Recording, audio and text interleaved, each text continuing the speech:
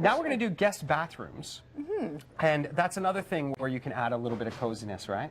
For sure. Well, there's two ways to look at the whole guest bathroom concept. You can look at the powder room, which is ultimately the bathroom more than anything for your guests. Right. And then obviously if you have the space to allow someone to have their own guest bathroom, then there's some little tips and tricks for that. So. Well, let's talk about those. We have a bit of a setup here. What are we looking at? Just things that are nicely presented, right? Right. You just want to keep it clean and simple. Lots of towels of different sizes, bath towels, a hand towel, the face towel. White always works, I think. Yeah.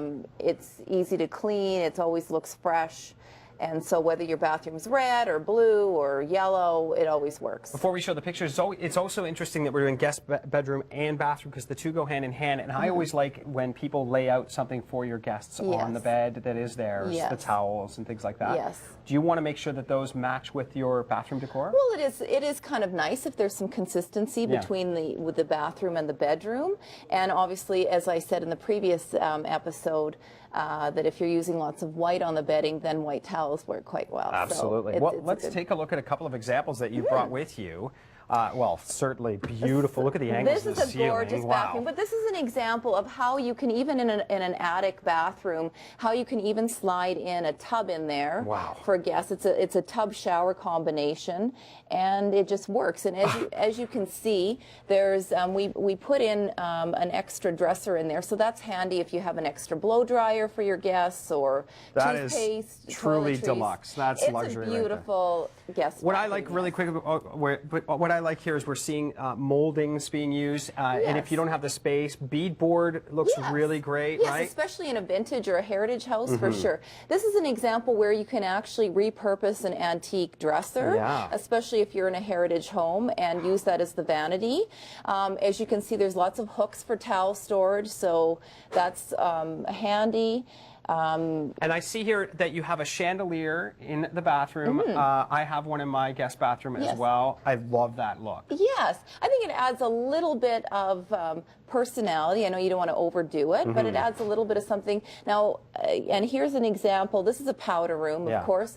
But in this case, we use some wallpaper. This is grass cloth on the walls. Nice. And even though that whole wall behind the vanity is all in glass, we actually overlaid it with a freestanding mirror. I don't know if you can see. That's very interesting. Yeah, and I like it that. adds sort of some interest to the space.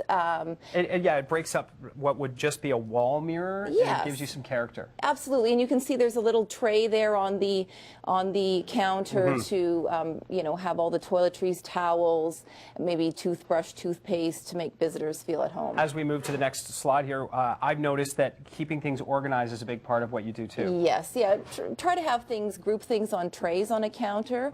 In this case, to add a little bit of interest to this space, we used paneled walls instead of wallpaper, and they wanted more of a Zen kind of look. And as you can see, it's got the overmount sink, and you know, the faucet.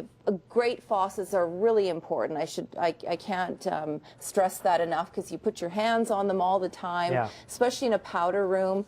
All those things like the faucets, the light fixtures, because you see them up close, they should be of good quality. Look at that. That is gorgeous. And this is another example. Here's quite a small space, and again, this is another attic type bathroom, and we were able to put in a shower using glass. Of course, works well because it doesn't visually take up space, but you still get the function. If you imagine that glass as a partition that you can't see through, it would be a very cramped space. It wouldn't work. It? It wouldn't work. So as you can see, it's bordering on a little tight between the vanity and the shower. But that's okay because of the glass, and it's opened up that way. That's right. What I've noticed out of all of these is that each one, and you use the word Zen-like, I almost think it's spa-like. Yes.